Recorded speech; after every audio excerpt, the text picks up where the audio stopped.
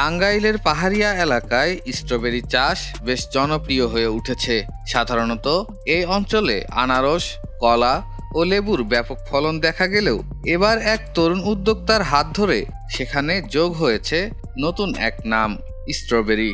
আব্দুল্লাহ আল মামুন নামের এই উদ্যোক্তা বিদেশি ফল স্ট্রবেরি চাষ করে স্থানীয় কৃষি অর্থনীতিতে রীতিমতো হইচই ফেলে দিয়েছেন।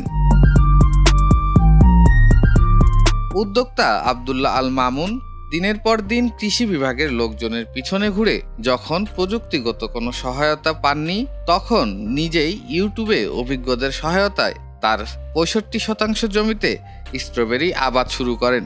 পাহাড়ি লাল মাটির উর্বরতা এবং সঠিক পরিচর্যার কারণে স্ট্রবেরির ব্যাপক ফলন হয়েছে।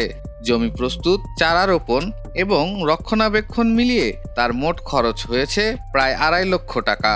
প্রায় ৫ লক্ষ টাকা বিক্রি হবে বলে তিনি আশা করছেন।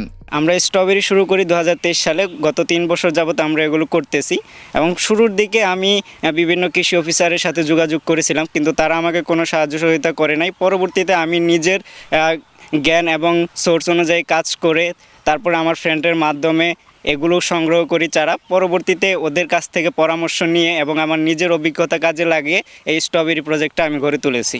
সব মিলে আশাবাদী আমি ৪ লাখ থেকে ৫ লাখ টাকার মতো আসবে। লেখাপড়ার পাশাপাশি তার এই চেষ্টাকে পরিবারের অন্যরা ইতিবাচক হিসেবে দেখছেন। এটা অর্থনীতি যার লাগে, যার সহযোগিতা করার লাগে আমি করি। এটা বিক্রি টেক্রি আমার ছেলের সহযোগিতায় আমি করতেছি।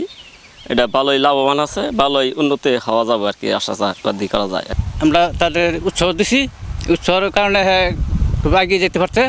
এখানে এই বাগানটা খুব লাভজনক। তিনি স্ট্রবেরি ক্ষেত করেছে, স্ট্রবেরি ক্ষেত করে অনেক লাভবান হয়েছে। আমিও ভাবতেছি করব।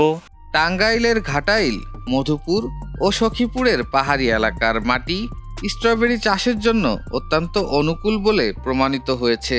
এই অঞ্চলের দোআঁশ ও লাল মাটি পানি নিষ্কাশনে সক্ষম, যা স্ট্রবেরির মূল পচন রোধে সহায়তা করে। মামুনের এই সাফল্য দেখে স্থানীয় অনেক বেকার যুবক স্ট্রবেরি চাষে আগ্রহ দেখাচ্ছেন, যা ভবিষ্যতে গ্রামীণ অর্থনীতিতে বড় পরিবর্তন আনতে পারে বলে মনে করছেন সংশ্লিষ্টরা।